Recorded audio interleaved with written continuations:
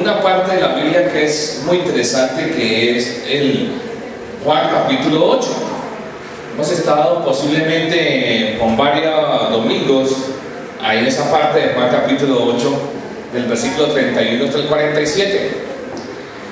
Pero a veces toca llover sobre mojado, como remojar más a veces es necesario, porque hemos caído tal vez en una trampa peligrosa donde a veces nos vemos con los oídos sordos a aspectos que son fundamentales de la palabra de Dios. Y ese pasaje es uno de los pasajes que confronta a cualquier persona, sea hijo de Dios o no, ¿cierto?, a que se revise en qué está cifrando su confianza. Porque la confianza que tenemos cada uno de nosotros es la que nos motiva a vivir, o en pro de eso, de fundamentar, sosegarnos, darnos un poquito de satisfacción, de paz, porque estoy confiando en aquello que yo pienso que me da esa seguridad, esa satisfacción. Pero ¿qué pasa? Muchas veces, como dice Jeremías, nuestra confianza está puesta en cosas perecederas, y cuando eso perecedero en verdad desaparece, entonces viene la zozobra, viene el problema. Entonces, la mayoría de nosotros confiamos en últimas, la confianza máxima, ¿en quién está? No es en Dios, es en usted mismo. Es más, piensa que es Dios, pero realmente no es Dios, es usted mismo. Porque usted piensa, yo sí que confío en Dios, ¿sí? Y entonces está manejando una confianza en lo que usted puede desarrollar, en esa certeza de que le cree a Dios o que está siguiendo a Dios. Y resulta que Dios se vuelve un esclavo suyo o mío de las cosas que queremos hacer o que nos sucedan, y tenemos muchas dificultades.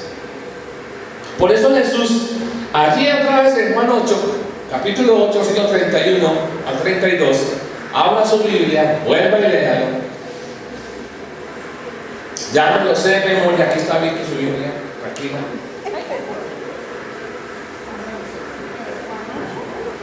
Juan 8, 31 y 32 dice Jesús a la gente que cree en Él, no es a la gente que no cree, no es al que está por allá pensando en que hay que abrazarse un árbol porque ahí está la energía. No está hablando con aquel que piensa que mejor echarse agua bendita. No está aquel que va por allá y que está contemplando las estrellas para ver qué le dicen las estrellas. No está hablando a ninguna persona que no tenga un conocimiento de causa de lo que está pasando. Está hablando a gente que sí conoce. Por eso, lo terrible del asunto es esa, que no habla a gente que no conoce. A la gente que no conoce toca hablarle de otra manera. Una de las cosas que hemos aprendido con este estudio de la Biblia de Génesis es que necesitamos ver cómo Dios ha hecho las cosas desde lo más mínimo a lo más grande, en un crescendo, de una manera como va ampliando su demostración de quién es Él, para que lo podamos entender. Porque si nos presenta de una vez, no podríamos entenderlo, no podríamos revisar, no podríamos estar con Él. Ustedes se acuerdan que cuando Dios se presentó en el monte Sinaí, se presentó con relámpagos, con voz de trueno, y la gente, ¡ay, no queremos ese Dios así! No, Moisés, vaya a hablar con Él y mejor nos trae la razón, porque no queremos esa forma tan espectacular que Dios se mostró en el monte Sinaí. Imagínense hoy que pasara lo mismo. Usted estaría sentado ahí, de pronto estaría despavorido, porque imagínense un trueno aquí este momentico, ¿sí? Así en seco. ¡Bra! Pero Dios ha tomado la manera más cómoda para el hombre, porque para Él no hay nada imposible, de llevarnos al entendimiento después de que nos pasó de estar separados. Miren que esta prueba ya lleva 2 años más o menos, y miren la que ahí está ya sin ninguna hojita, y posiblemente si tocáramos ahora la ramita está lista para quebrarse fácilmente. Porque desde que fuimos separados de Dios, el entienden las cosas de Dios, porque las cosas de Dios tienen que manejarse a la manera de Dios. Por eso no es una muletica que estamos diciéndole, ojo, que hay que hacer las cosas a la manera de Dios, sino que es la verdad. Y por eso le dice Jesús a estas personas, por favor, ¿quién lo lee? Juan 8, 31 y 32. ¿Ya? ¿Quién lo lee? Fuerte, claro. Dijo entonces Jesús a los judíos que habían creído en él: si vosotros permanecéis en mi palabra, seréis verdaderamente mis discípulos, y conoceréis la verdad, y la verdad os hará libres. Oigan, si permanecéis en mí, ¿cierto? Y en mi palabra, seréis verdaderamente mis discípulos. Quedemos en el versículo ahí, después veremos la otra parte. Jesús dice tres palabras interesantes: permanecer, discípulos, palabra. ¿Qué significa la palabra permanecer? ¿Qué sinónimo le daríamos a la palabra permanecer? A ver, ¿usted qué me dice?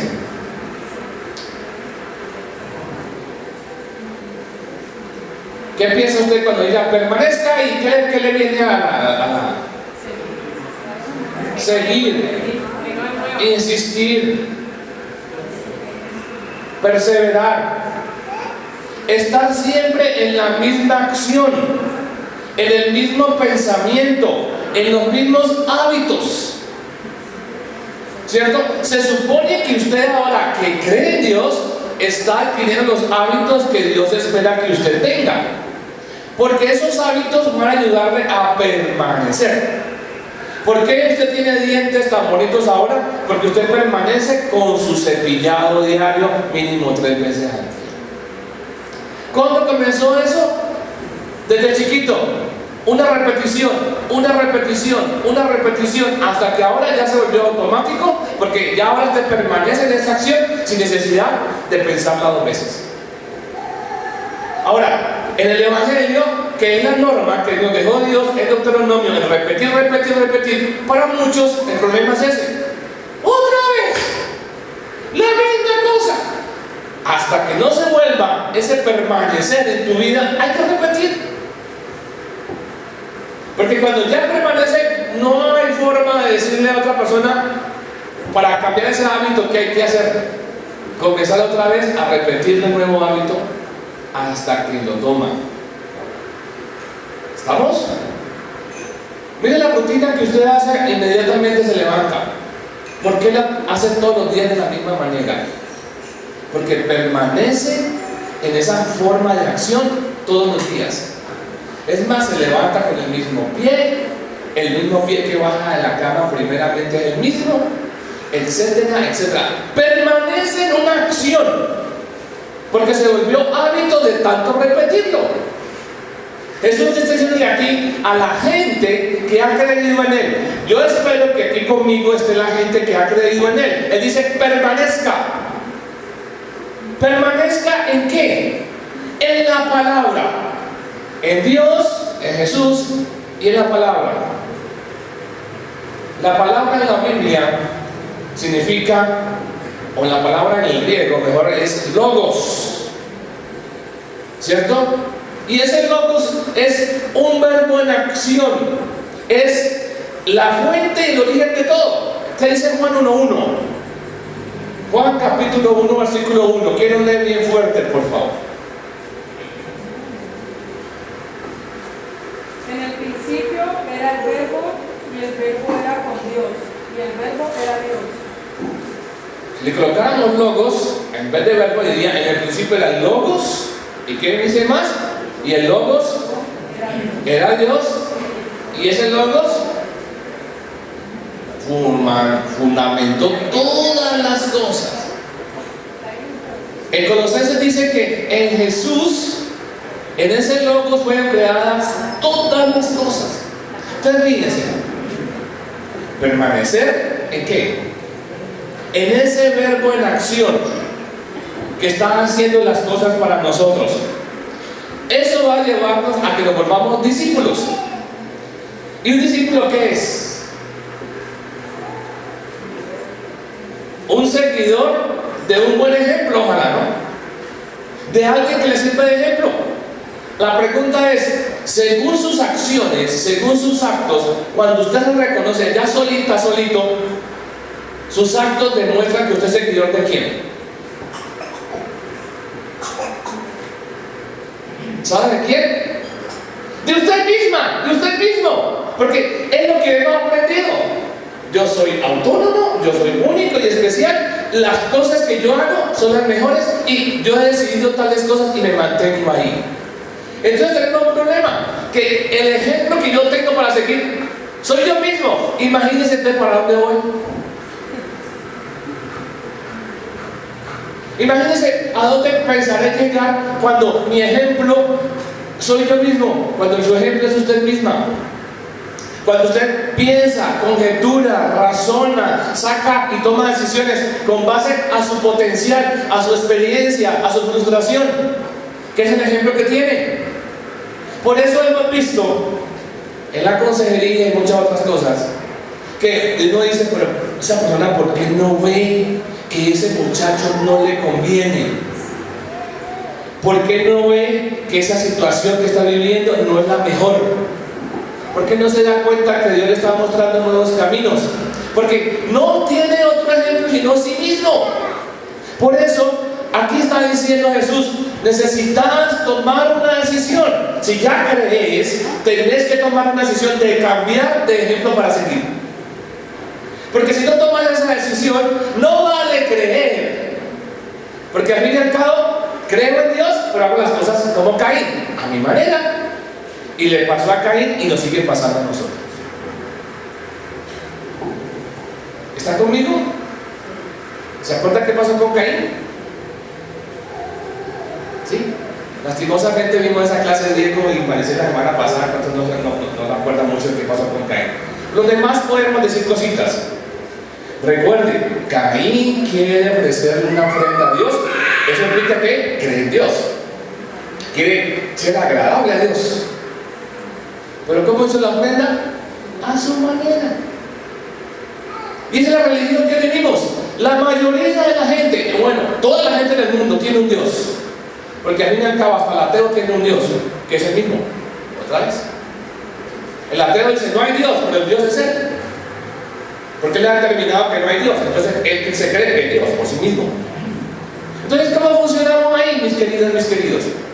Pero resulta que Dios, desde el principio hasta hoy, sigue siendo claro. Y si la pasada claramente. Sigue siendo claro. Ustedes y yo pensamos, y yo comencé afirmando, que el ejemplo o la persona a seguir soy yo mismo. Pues resulta que desde que fuimos separados de la fuente de vida, ya no nos pertenecemos ni a nosotros mismos ni a Dios, sino que le pertenecemos a Satanás. Nos guste o no, queramos o no, la Biblia lo dice.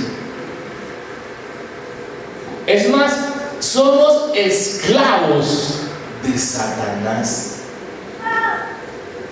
En últimas, cuando yo pienso que yo tengo como referente a mí mismo, resulta que no, tengo es allá, como detrás de la cortina, a mi luz, a Satanás, que me dice, bravo amigo, siga pensando así, usted es su referente, siga, que así es lo correcto, siga. Hoy en día, ¿cómo se reafirma eso?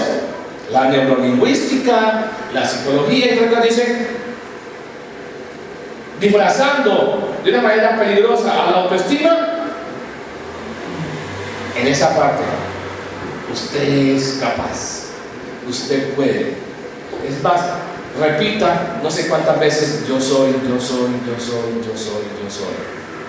Y esas palabras, yo soy, son el nombre de quién? De Dios. Yo soy capaz, yo soy valiente, yo soy tal cosa. Disfrazando la forma de autoestima, porque la autoestima es saludable, es lo de Dios.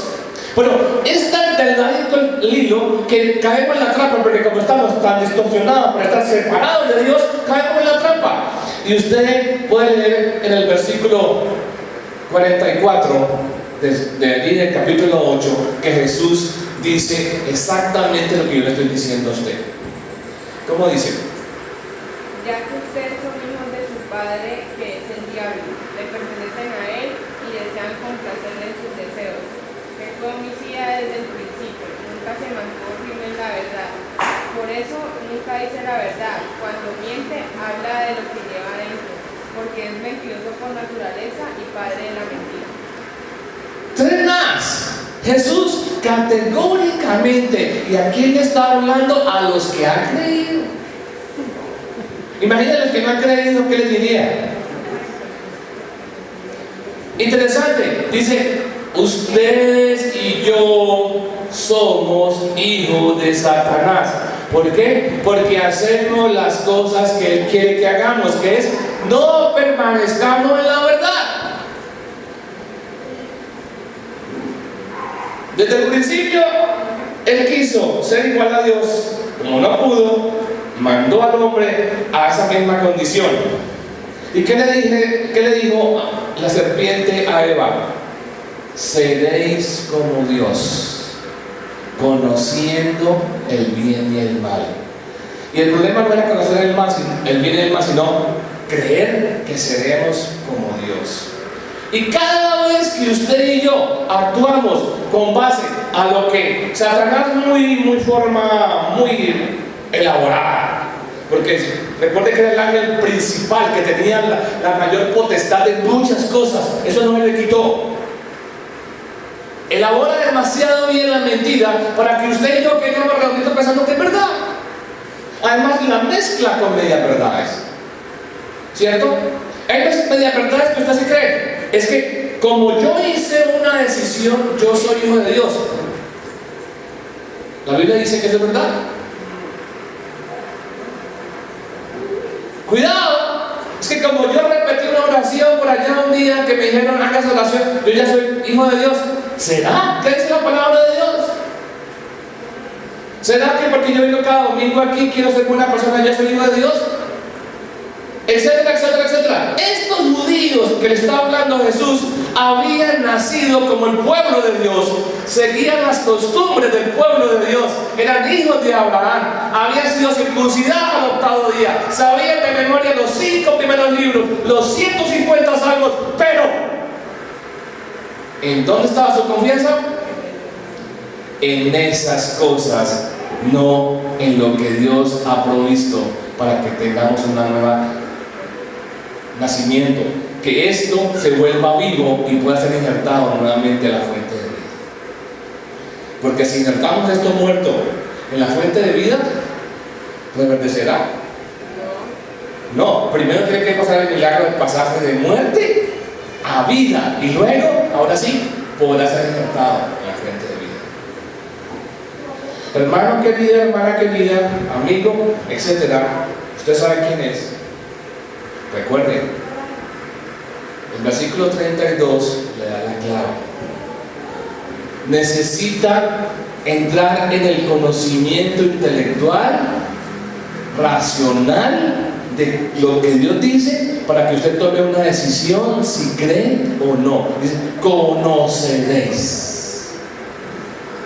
la verdad y la verdad nos hará.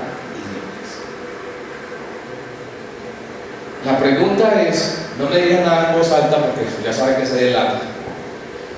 ¿Usted es libre? ¿Está libre y en libertad? ¿O está esclavo de lo que otro piense de mí? ¿De la opinión de otro? ¿Está esclavo de el problema de que en Sion no se habla sino de cimientos firmes? ¿Está esclavo de eso? ¿Está esclavo de qué va a pensar mi marido? ¿Qué va a pensar mi mujer? ¿Qué va a decir la vecindad? ¿Está esclavo de que si no trabajo no como? ¿Está esclavo de que si no voy a la iglesia Dios no me bendice? ¿Está esclavo de el sexo? ¿Está esclavo de su salud? ¿De su bienestar? Porque todos esos son ídolos. Y esos ídolos están metidos entre Dios y cada uno de nosotros. nosotros y lo que está aquí en la mitad es un ídolo. Y recuerden, el problema número uno que tenemos, que parece que no se ve, es el ídolo del dinero. Todas las excusas que tenemos para todo, ¿a dónde llegan al último? No hay plata. ¿Sí o no? Y queremos que Dios se vuelva esclavo de nosotros para conseguir nuestro ídolo, el dinero. Porque nos metió Satanás en nuestra separación, que con el dinero podemos alcanzar lo que Dios nos robó, según Satanás. Porque recuerden, cuando Adán y Eva estaban en el huerto del Edén, no les faltaba nada, no tenían necesidad ni de ropa. ¿Por qué les faltaba? ¡Nada! Pero la pregunta es, ¿usted para qué se vistió hoy? Dicen que las mujeres se visten para otras mujeres, porque la mujer es la que se viste a la otra. No, mira cómo estaba vestida de fea, ¿sabes? Como le queda eso, no es eso, mira, me lo cuelga, no se cuenta, le queda apretado, le queda flojo, le queda como...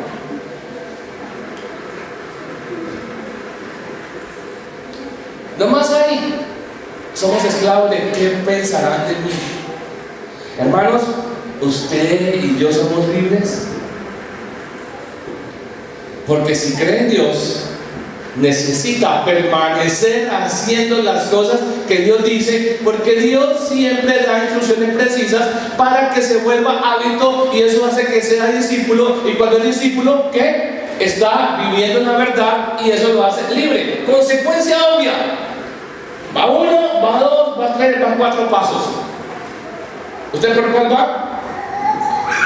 Recuerden, con Dios son procesos completos. No es que ahí voy, es que lo estoy alcanzando. Porque lo estoy alcanzando, ¿quién está actuando? Yo. Cada vez que estoy tratando de hacer las cosas a mi manera, se me hace más lejana la satisfacción de la libertad. Porque estoy como caminando en cámara lenta para alcanzar. Yo tuve la experiencia de caminar y no avanzar en Bolivia. En Bolivia, cuando yo fui, estaban llegando los vientos del sur, porque venía de los vientos llegando en el invierno en el sur. El invierno en Argentina, por allá, es en junio y agosto. El verano es en enero, febrero y marzo. De salir a una esquina y caminar y ver que no avanzo, porque el viento es tan fuerte que no avanzo, y ya gané fuerza, pero no avanzo. Así es cuando usted está pensando en sus propias cosas, sigue separado de Dios, y separado de Dios, su dueño, su papá, su amo se llama Satanás. Y usted lo acaba de leer en ese versículo 40. Ahora, recuerden, Jesús no estaba hablando a ninguna gente extraña, sino a los que habían creído en Él.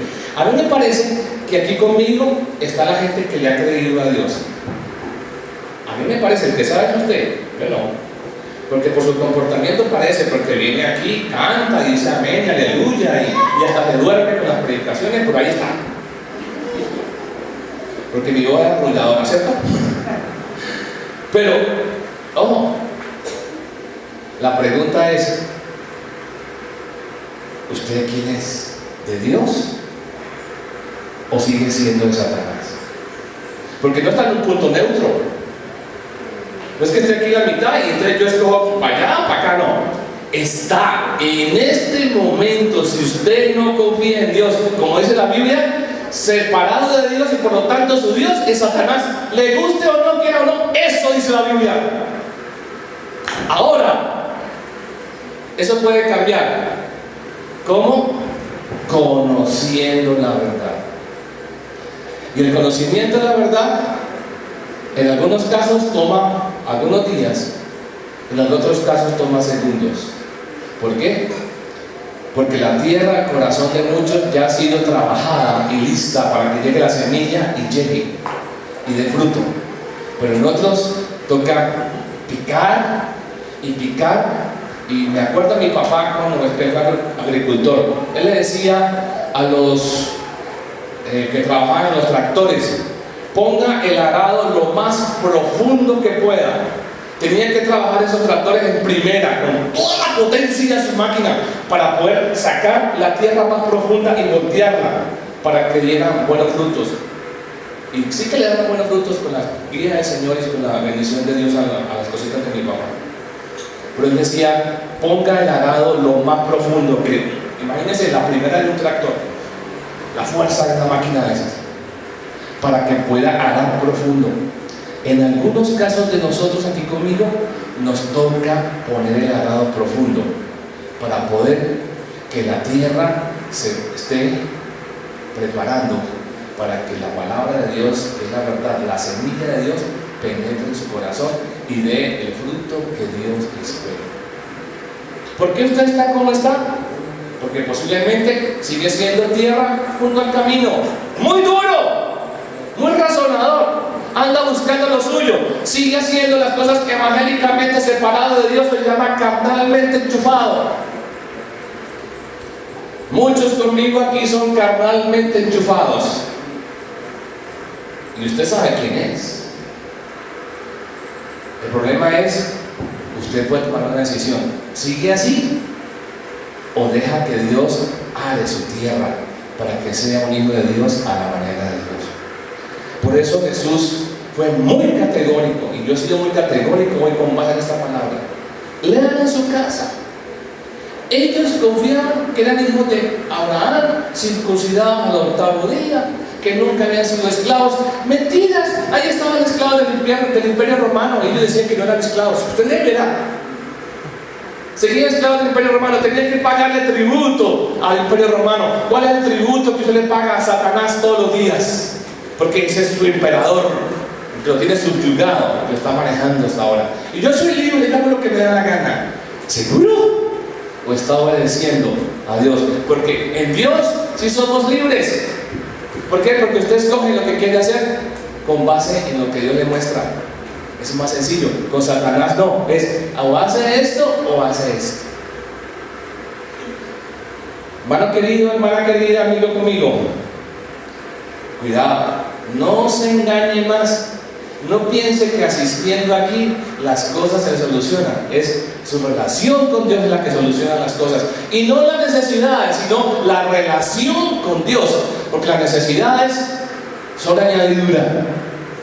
Por eso todavía hay un coro ahí hay unos coros que me preocupan las letras, porque siempre estamos cantando algo que yo puedo hacer, y resulta que no puedo hacer nada porque sigo separado de Dios.